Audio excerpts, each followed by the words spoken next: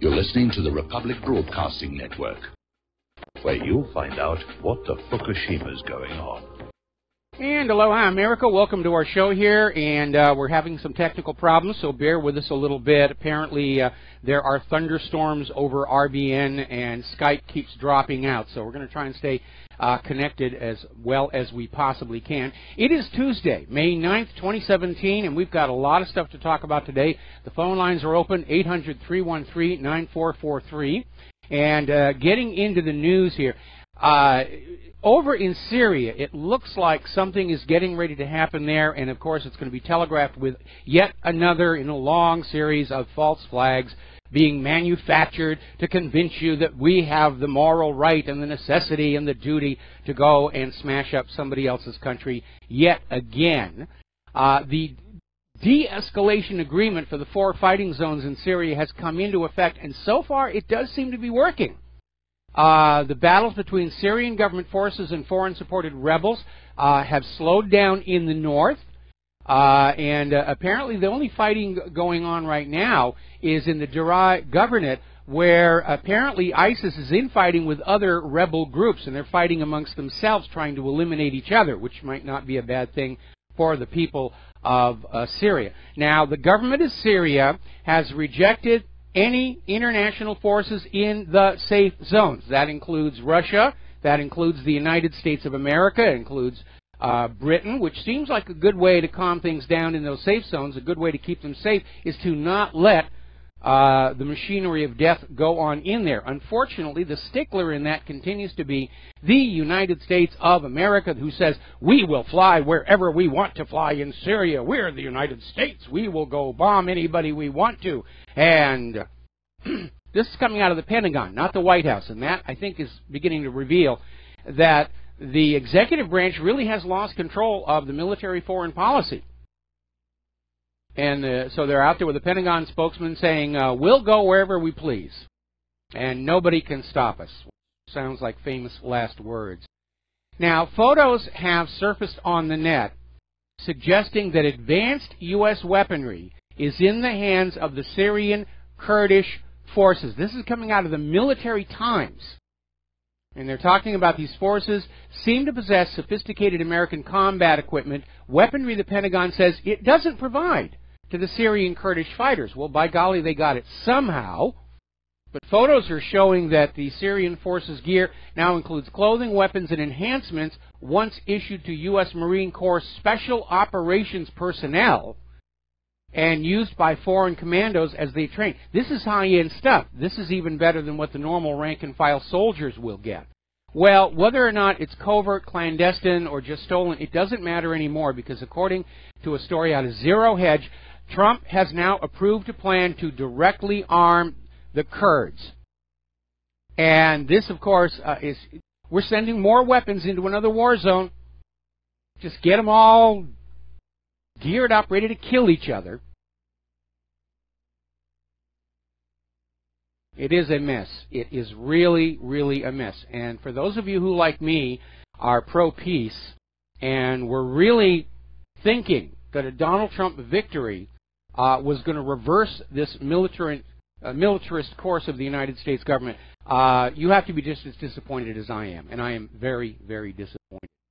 Now, a lot of people starting to speculate about the U.S. preparing a ground invasion of Syria. Drones have spotted hundreds of U.S. and Jordanian armored vehicles at the border.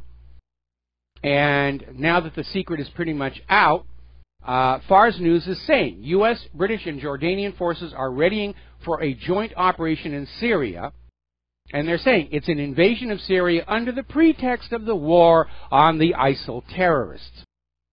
So all we need now is the false flag that we have already heard is being lavishly produced, and they're going to go to war in Syria again. Now, interestingly enough, the commander of Iran's volunteer force, Brigadier General Gholam Hossein Ghaib-Parvar, is basically saying Israel is orchestrating the terrorist events in Syria with the help of certain regional rulers and Takfiri militants.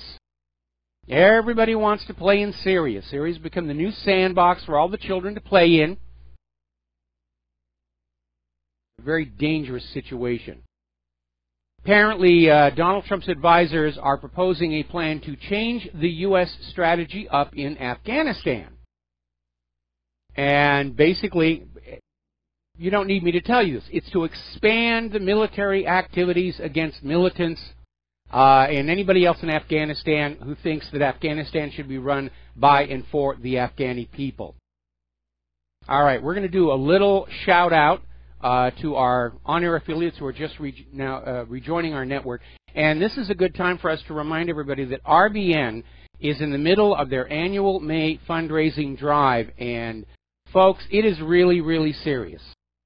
And imagine a world without RBN. That's how critical it is right now. And for more information about how to donate, go to the front page of republicbroadcasting.org.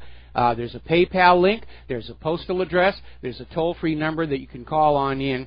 But we're all of us in the Truth Movement, we're stretched to the absolute breaking point. And none of us got in here with the expectations that we're ever going to be rich. But we got in here with the expectation we could stop the war. That hasn't worked on out. But we're all struggling and suffering, and the independent media is under constant attack by the corporations, the corporate media, various governments. And we're fighting for our survival. So anything that you can pitch on in, really, we do need your help. It is that serious. So getting on back to the multiple wars. Apparently, Benjamin Netanyahu is very unhappy with the coverage of the Hamas charter by the CNN, New York Times, and he's out there saying they're the fake news. He's now out there standing alongside Donald Trump saying CNN and the New York Times, it's all fake news talking about the Hamas charter. Pay no attention. And I think we have come up with a real definition of what constitutes fake news, and that is any news that anybody in a position of power doesn't like. By default, oh, it must be fake news. Now, interestingly, over at an organization called IRMEP, their director, Grant Smith, has filed an emergency motion asking the U.S. Court of Appeals for an injunction on the imminent transfer of U.S. foreign military assistance to Israel. Now, back on the 5th, Trump signed into law a temporary spending measure designed to keep the U.S. government running until September. This law included $3.7 billion in foreign aid to Israel. No money for the border, no money for hungry children in our country, but $3.7 billion in foreign aid to Israel. Now, the appellants in the case are saying what I've been saying all along. Israel's nuclear weapons program makes it illegal for the U.S. government to send them any of your money as long as they refuse to sign the Nuclear Non-Proliferation Treaty or implement the procedures under the Arms Export Control Act or allow IAEA inspections. And they're saying no president, including Trump, has issued the required special waivers because to do so would be to admit that the U.S. government knows Israel has nuclear weapons. They're in a bit of a corner on this one. And this lawsuit makes special mention of the Symington Amendment to the Foreign Appropriations Act and the Glenn Act. And it will be interesting to see what the courts decide to do. I mean, obviously the courts decided they could overrule Donald Trump on issues of immigration law. Wouldn't it be interesting to see if a court would overrule this giving of your money to Israel? All right, let me get something copied and pasted here. I'll get that later. Now then, moving on here. Over in North Korea, a little bit of good news. Moon Jae-in won the election in South Korea, and apparently won by quite a wide margin. It brings South Korea to the end of nearly a decade of conservative rule. Moon Jae-in is a liberal, and Moon Jae-in has promised that he's going to ask the U.S. to get out of South Korea. South Korea can take care of their own defenses. And he wants to throw cold water on this foolishness of a new Korean war or extending the existing Korean war. He wants to reach his hand across the DMZ to Kim Jong-un and say, let us tone this down because all we're doing is giving the U.S. an excuse to come on in here and take over another country. And I think Kim Jong-un is going to reach back and say, yeah, let's tone this down. Let's be friends. It was only 6 years ago they were talking about reunification until the United States got in there and started mucking about. But this is going to be very, very interesting. It certainly yanks the rug out from underneath this idea of we have to go into North Korea. Maybe that's why they're pivoting back to Syria. Oh, we can't make any progress on Korea. Let's go back to Syria. We're not making progress in Syria. Well, let's go back to Afghanistan. Here a war, there a war, everywhere a war, E-I-E-I-O. Oh, what fun it is to be a military general. Now, there's an article over at Blacklisted News saying that Washington's real motives in North Korea, and for that matter Afghanistan, are psychology, maintaining the myth of America's military might, geopolitics, control of strategic areas, rare earth metals, which are already coming into shortage, and modern electronics depend on those rare earth metals, and of course, left unsaid in this article, opium. Because Afghanistan and North Korea are major opium producers. Now, the Afghan opium is already under the control of the U.S. government. North Korea is not. In fact, it represents a competition, a competing product line, which drives prices down, and the American drug lords absolutely do not like that. Now, there's been a little bit of a whoopsie in this training exercise off the coast of South Korea. The USS Lake Champlain Ticonderoga-class cruiser has collided with a South Korean fishing vessel. And they're still investigating to find out what happened, where apparently with all of this high-tech equipment and we're looking for incoming North Korean missiles, they completely missed this fishing boat was right there, and the Ticonderoga just slammed into it. They have a bad habit of doing that. I remember when the Greenville, the USS Greenville, accidentally hit and sank that Japanese fishing training vessel with all those young men on board, and a lot of them died. And I had actually seen them down at the Aloha Tower because those training boats had put in there so the kids could get off and do some souvenir shopping. And we had seen that ship just a couple of days before it happened. So you have to wonder, how does one of the United States' supposed top-end warships completely miss and then run into a South Korean fishing boat? There's something not working there. Now, again, getting on back to North Korea and the nuclear threat, there's an interesting article over at the original antiwar.com, where it says the U.S. is saying yes to nuke tests by itself, but not by North Korea, because twice in the last week the United States shot nuclear-capable long-range missiles toward the Marshall Islands. But the U.S. has refused to join negotiations for a new treaty banning nuclear weapons. And again, we're seeing this double standard, this hypocrisy. Our nuclear weapons and missiles are good, and your nuclear missiles and weapons are bad. We seek nuclear disarmament of every country we plan on invading somewhere down the road. So, all this posturing about world peace and nuclear-free world, that's what the U.S. wants, but only for the other countries. Now, interestingly enough, as you know, down in Venezuela, they are in intense turmoil down there. In fact, things are now so bad, the military, which have been trying to protect the government from the people, they're now switching sides. They're marching with the protesters. Those people are starving to death because of economic warfare that's been waged against Venezuela for decades, and now it's reached a crisis point. So imagine our surprise that the United States is planning military drills near Venezuela. And in this article that came out of Blacklisted News, it says it raises concerns over potential ulterior motives on the part of the United States. No kidding. Venezuela is a major oil producer. The reason the United States has been trying to change the government of Venezuela all this time is because Venezuela has a bad habit of selling their oil for currencies other than the U.S. dollar. They've been selling their oil to China for the yuan for years. That's why they tried a coup d'etat against Hugo Chavez, which didn't work. And now they've clearly destabilized the country to the point of collapse, and all of a sudden the military shows up. Oh, it's a humanitarian intervention. We have to go in and calm things down, and establish an approved government that will sell Venezuela's oil for the U.S. dollar, the recognized superior currency of the globe, the U.S. dollar.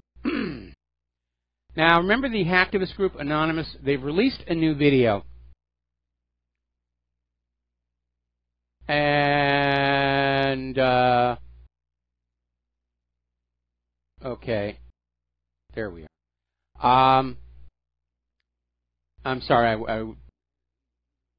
I signed up for Social Security, Medicare just before the show began, and all of a sudden they're popping things up here. You must do this, you must do that. So I apologize for that. Anyway, Anonymous has a new video, and in this case, it doesn't have much in the way of revealing or leaked information. They're out there literally warning it is time to prepare for World War III, which we didn't need Anonymous to tell us that, but it sort of underscores that pretty much everybody is finally accepting that this is what has happened, that we are on the edge of World War III. Despite all of our best efforts to derail it and head it off, we are there. And when you look at how terribly the already in existence wars have been going, the U.S. government is stuck in these quagmires all over the Middle East, all over the world. It supports my contention that if we get into a real shooting war with Russia and China, the United States will not be able to prevail. And that will mean nuclear exchange at some point. And for those of us out here in the middle of the Pacific, within striking range of Russian, Chinese, and potentially North Korean missiles, it's one of the things that's keeping us up at night. Now, turning to domestic politics, the corporate media has been rerunning all these clips out of the hearings at the Senate into Russian interference in the election, where basically everybody says it's Russian interference. Do you have any proof? No, we don't have any proof, but it just makes sense they were doing it. And they're just selling that as hard as they can. They're selling that idea. All right, we're going to take a phone call. Peter in Los Angeles, aloha. Welcome to the show. What's on your mind? Hi, Michael. I was just going to call up and talk a little bit about the Kurds, if you'd like. The reason why the Kurds are the linchpin here, they straddle what is now Iran, Iraq, Syria, and Turkey. And the part of Iraq they have is the northern Mosul is in basically a Kurd area, is very rich in oil. All right, so yes, we can partition Iraq and get oil by backing them. We can keep Turkey in our orbit by allowing them to either get the Kurds out of their area and into a dismembered Syria and a dismembered Iran as well, because by arming the Kurds, and by the way, the reason why they have those arms are because they would be resisting the Iranians or fighting the Iranians. So it dismembers Syria for Israel. Mm-hmm. It also helps us with dismember Iran for Israel. We're in a large part of the reason why we're in Afghanistan still is because I'm going to have to put you on hold, Peter. Peter, I'm going to have to put you on hold. We got to do a commercial break. Don't go away. We're going to come right back to this after these few words. And aloha, America. Welcome back to the show. We're talking with Peter in Los Angeles. And Peter, can you just sort of pick up where you left off with all the various interests that have an advantage to seeing turmoil in Syria? Well, the biggest interest is Israel, of course. They get to see and have seen and are seeing Iraq dismembered, with Kurds getting northern oil-rich Mosul area. The Kurds also would be moving into Syria. It allows Israel to get the Golan, because we have a dismembered, no longer existing Syria. Israel will get the Golan and their oil. The reason why we're still one of the reasons we're still in Afghanistan is that it forces the Iranians to defend against our special ops incursions from that whole Iranian-Afghan border, and it allows us to also be able to destabilize the Caucasus if necessary. So the Kurds are central to this. Yes. It keeps Turkey in our orbit, you know, and it's central to what Israel wants to do. And by the way, I'm sure that a lot of those armored vehicles that are in Jordan came from those arms pre-positioned sets of equipment we had in Israel, so that they don't have to do it, but we can, right? We can again fight their war if we invade from Jordan again, and they can just occupy the Golan forever and get the oil. We get nothing except the invasion. Well, it's more than just occupation. Israel is already out there making noises that the Golan has always been a traditional part of Israel and inseparable, and they basically want to redraw their border where the Golan is now actually a part of Israel permanently. The wild card in all of this, of course, is that as the U.S. starts arming up the Kurds, Erdogan in Turkey is not going to be liking that at all, and he was already talking about sending his troops down into the Kurdish areas to actually make war on the Kurds. So this could actually bring the United States and Turkey into conflict. Well, my theory on that, Mike, is that if there's a dismembered Syria and a dismembered Iraq and a dismembered Iran, they could have that land. They have no land that's autonomous themselves right now, and we could keep the Turks in our orbit if we could allow them to then push the Kurds into the areas that would then be autonomous Kurdistan. Well, I understand that, but I think if there's an autonomous Kurdistan, Turkey may see it as a threat. I'm certain the Kurds will go into it of their own free will. They won't need to be pushed, but I think Turkey is going to see it as a threat. That's just my opinion. Yeah, that may be, Mike, but it also may be solving their problem without having to do a replay of what they did to the Armenians. I don't know, but I think that it definitely serves Israel's interest. That's for sure. We've already taken out Iraq for them. We're taking out Syria for them. We're about to take out Iran for them. Yes. And the only way we can do that is to use the Kurds to do it all three areas. Makes sense. It makes sense. But again, I foresee it turning into another quagmire, like the rest of all these U.S. misadventures all over the Middle East. We do a good start, and then it bogs down, and it just sits there, soaking up money and lives. Yeah, it is. It absolutely is.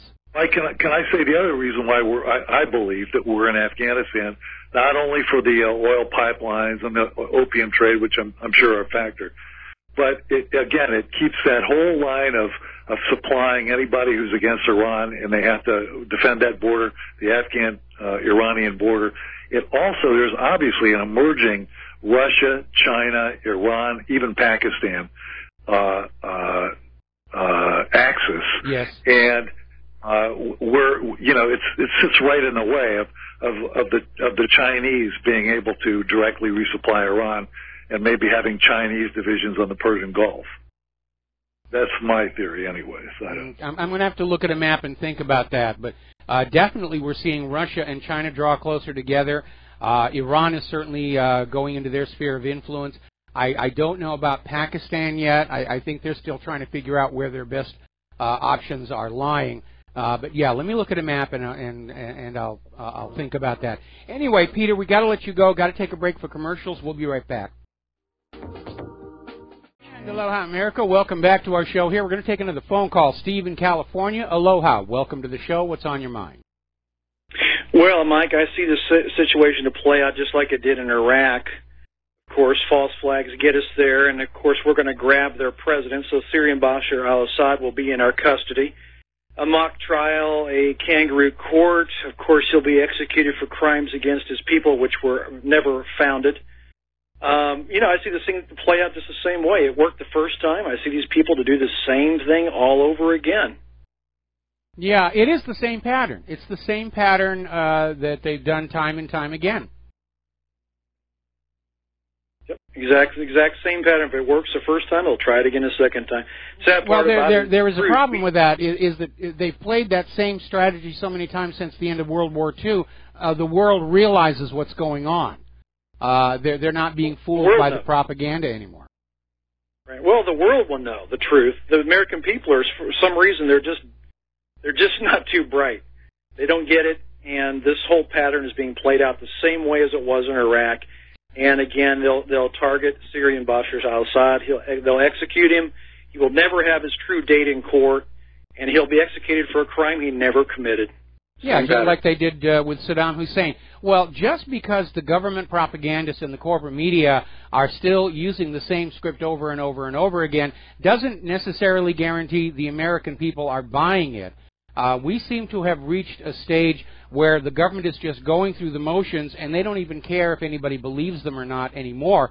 And certainly looking at the latest polls, nobody is believing them. Trust and confidence in the corporate media is at a record low. Same thing with trust and confidence in the government, record low.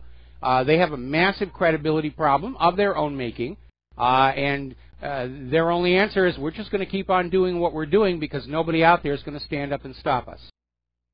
Right. Hey, thanks, Michael. All right, thanks an awful lot. We're going to let you go here. Now, turning on back to all these investigations that are going on, we are actually starting to see some movement toward investigating what was going on in the Obama administration, especially with regards to that email server, which I think is a big, ugly cancer that everybody wants to get left alone. And they're starting to dance around the outside of it a bit with this Huma Abedin stuff.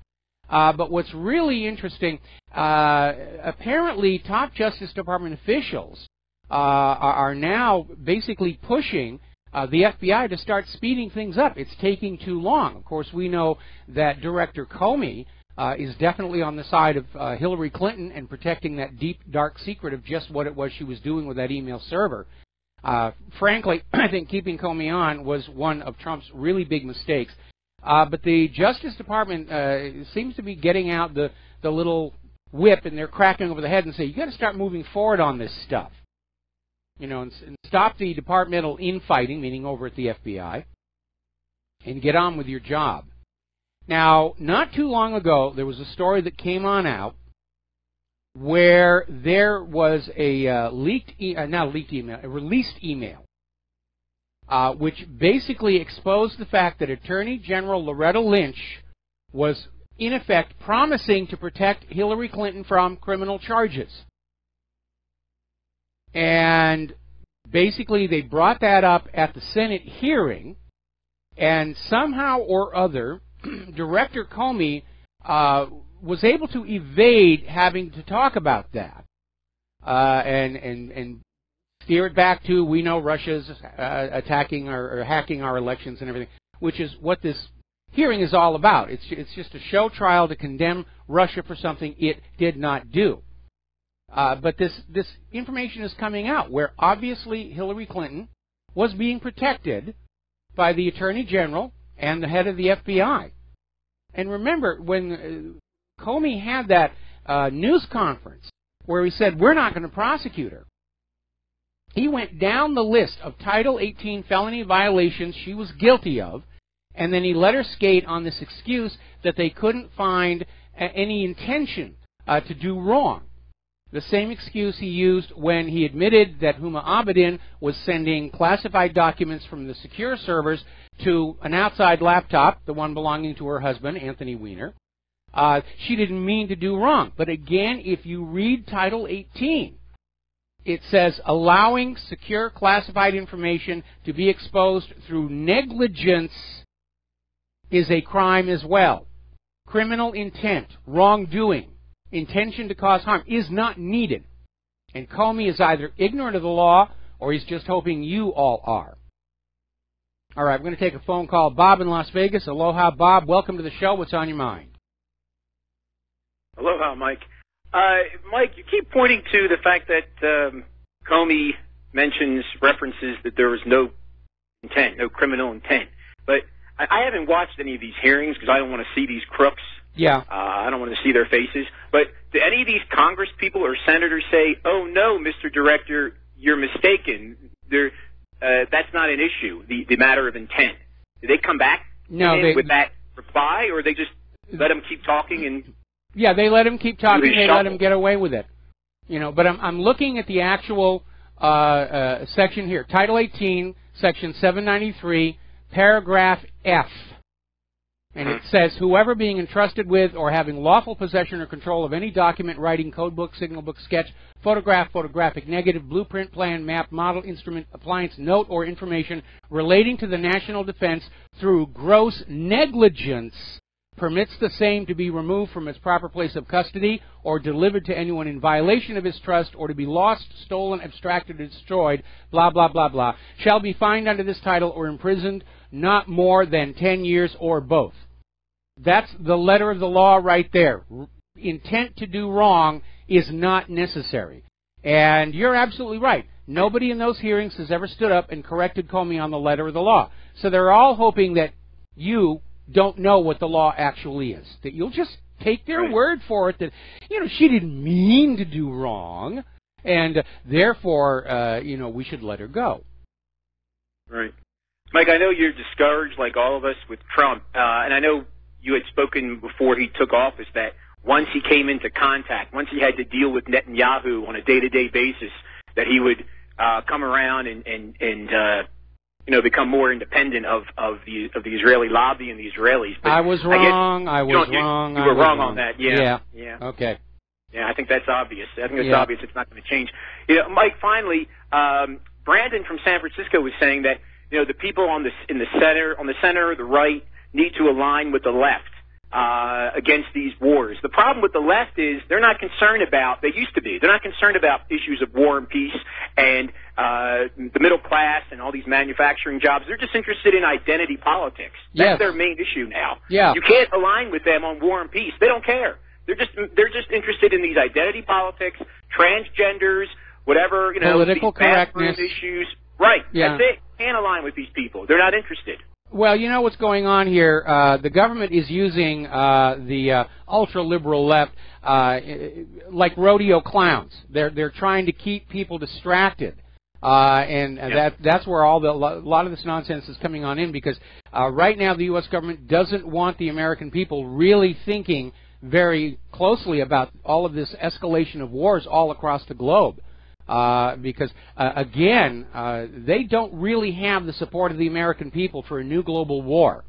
And I think all of the, shall we call it the war porn that is all over cable TV right now about the dropping of the bombs on Hiroshima and Nagasaki and all this footage from World War II and everything, I think it's actually being counterproductive.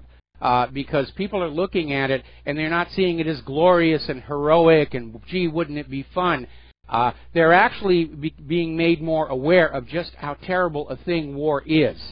And frankly, I've met like maybe one person here on Oahu outside the military who thinks, yeah, this is a really good idea. We should go forward and just bomb them all. Oh, Mike, finally, do you think the election of Macron will actually hasten the collapse of the EU? I believe it will. I look at Hollande, his numbers are maybe 5%. I think Macron, being an investment banker, having not an ounce of nationalism in his bones, I think his presidency will be an even bigger disaster and will hasten the collapse of the EU project. It could backflash, apparently, because one reason is they're already finding evidence of massive election fraud that took the election away from Marine Le Pen, and we're going to be covering that a little bit later in the show. But you could actually see the French people revolt against their government, and it's not like they haven't done it before. So yeah, and again, fraud that is this much in your face.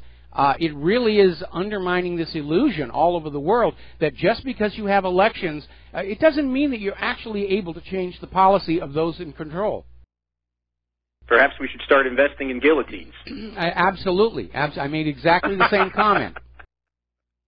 Okay, thanks, Mike. Okay, well, thank you. We're going to let you go here. Let's see. Just a word. Everybody looks at the guillotine and the French Revolution, you know, as the reign of terror, which was certainly the point of view of the nobility and the bankers. Most people forget that the guillotine was invented to be the most humane method of execution possible.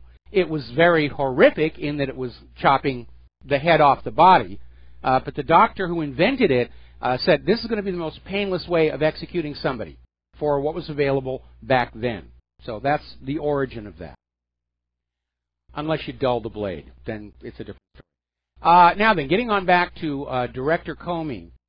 What's interesting is Comey's statements before the Senate directly contradict what Huma Abedin herself said last November. Comey was out there saying that there's no big deal. Huma Abedin was regularly sending these classified emails to Anthony Weiner's laptop so that they could be printed out and be made available to her to take to the State Department. Apparently, Comey thinks they don't actually have printers inside the State Department, inside the secure network, but that's what he said.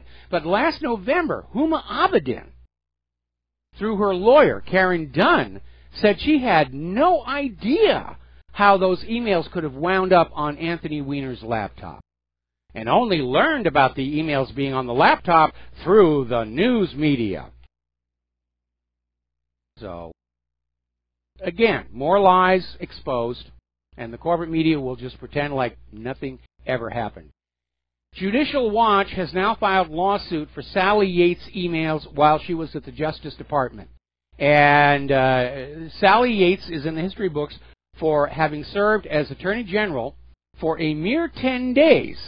And now she's out there on the warpath trying to say that, oh yes, she warned Donald Trump about Michael Flynn's connections to Russia, which, by the way, the FBI has now said there was nothing going on there. They've looked into it. The conversations between Michael Flynn and the Russian ambassador were all about proper business, above board. There was nothing going on. And Sally Yates is still out there screaming, oh yes, I warned them that Flynn was a Russian plant. And there's something that you probably ought to keep in mind at this point. Every time, everybody who's out there saying Russia did this, Russia did that, Russia, it always comes up short. There's no proof of any of it. They're just trying to bring back McCarthyism, where all they have to do is say the word Russian, and the American people will obediently wet themselves and fling their money and their babies into the designated wars. And at the hearings, I mean, they're making all these grandiose claims like Russia tried to disrupt U.S. elections for years. They've been doing it all along. Okay? Why didn't you say anything before now? If at first you don't succeed, lie, lie again appears to be the motto of our politicians. And as the lies fail to find traction with the American people, they get more and more outrageous, trying to get into the big lie area where it's so shocking that you'll just believe it on instinct. And what's really interesting, getting into the fine details of the hearing, you have Senator John Neely, Kennedy, saying, can we agree the Russians attempted to influence the outcome of the election? And Clapper and Yates said, oh yes. And Kennedy says, did they succeed? And Clapper says, well, we can't make that call, which is political speech for, no, we couldn't find any evidence. They basically said in all 50 states they found no actual evidence of influence on voter tallies by the Russians. Now, we know that a lot of voter fraud has been discovered in last year's elections, all of it favoring Hillary Clinton. So, Dianne Feinstein and Joe Manchin have now admitted on the corporate media there is, in fact, no evidence of a Trump-Russia collusion. They're still pushing the story saying, well, it just makes sense they'd be colluding. We don't have to prove it. I mean, it's just so obvious. Everybody should see it. Meanwhile, CrowdStrike, which was the so-called computer security firm that claimed Russia hacked the DNC servers and then hacked the election, apparently they're so little thought of in their own computer security industry, they got laughed off the stage at ThoughtCon. They're seen as a joke by real computer security experts. All right, we're going to start with Alex in Florida, and we're probably going to have to take you through the commercial break. Alex, what's on your mind? Hey, Michael. one thing that I heard that is telling, which we've heard it before during the congressional hearings, but you never hear them demand that we want the server. The FBI should demand the server from the DNC. I mean, if this is a real legitimate case that we have here, how come the DNC can not give the FBI the server to show us the evidence? Well, that's always been one of the real questions. I mean, when the DNC said, we're being hacked, the Russians are hacking us, and the FBI came on in and said, let's take a look and say, oh, no, we've got our own security people, CrowdStrike, you just take their word for it. And CrowdStrike has now turned out to be just a joke, and even CrowdStrike has now pulled back on the claim, saying that, yes, their methodology was flawed, and they don't really have any proof. It was just a giant bluff. Apparently, somewhere in Hillary Clinton's fevered brain was this idea that if they could build a credible case for Russian interference in the election, in the minds of the American people, that they could somehow reverse the results. And it didn't happen. And now they're stuck with this idea that Russia hacked the elections, and they can't back down and say, we were just lying and fooling you all. So now they're stuck with it. All right, we're going to have to take a break for commercials. We'll be right back after these few words. And aloha, America. Welcome back to our show. We're going to go back to the telephones. Sherry in Fredericksburg, aloha. Welcome to the show. What's on your mind today? Thank you, Mike. You know, years ago, not years ago, but back when Hillary got off because of extreme carelessness, right? Mm-hmm. I remember listening to a show, I don't know which one it was, but an attorney called in, and he said extreme carelessness is actually a definition for gross negligence. But because those magic words, gross negligence, weren't said, that she got off. So is this just a play on words? In other words, it was gross negligence, but because he said extreme carelessness, the definition of it, then somehow that exonerated her? Well, they used language that seemed as banal as possible. They chose carelessness over negligence because carelessness, we all make careless mistakes. And they were trying to basically, feel bad for Hillary. I mean, she made a mistake. Everybody makes mistakes. But again, under Title 18, making a mistake is the crime when you're dealing with classified documents. Now, many years ago, when I was still on good terms with the government, I briefly held a clearance, and I got the lecture on how to handle classified documents, and I took that all very seriously. And so there are rules, and if I had to sit through that lecture, then so did Hillary Clinton. She knew the rules. There was no way she didn't know the rules. And so this idea that we should forgive her mishandling of classified documents because it was merely negligent, the law specifically says negligent releasing of classified documents to where they should not be is in and of itself a crime. She could go to jail for 10 years on that if we had a fair and honest justice system. Yeah, but they're synonymous. You know, this is the thing. It's like a trick. Yeah, it's synonymous. It's a trick of language. They could either say gross negligence or carelessness. Carelessness has less emotional impact, and that's why they went through that. Yeah, that's right. It was almost like we were tricked, but we weren't really tricked. So let's not be tricked. You know, if it's a definition for it, then it must mean it. But just because he didn't say those exact words with the gross in there, extreme carelessness is gross negligence. You know what I mean? According to this attorney. So that ought to come up somewhere. I mean, his choice of words were not accurate, but they meant the same thing as. You know, it's just kind of this gray area it irritates me. Well, it does, but it really is a side issue because the bottom line is Comey's claiming that they're not going to prosecute because they couldn't find an intention to do wrong. It doesn't play. It's not the letter of the law. Revealing classified information through negligence is a crime in and of itself. And Hillary did that with releasing information onto her private server, and Huma Abedin did it sending documents to Anthony Weiner's laptop. And Comey is just out there. He's obviously trying to protect this. And again, if I'm correct as to what Hillary was really doing with that email server, then that is a scandal. Everybody wants to go away because a scandal on that scale, a Secretary of State selling secrets to foreign interests and using that charitable foundation to collect and launder the money, that's a scandal that delegitimizes the entire government, which it's already very close to anyway. All right, well, listen, Sherry, we got to let you go. We have to do a station identification, and then we'll be right back after these few words.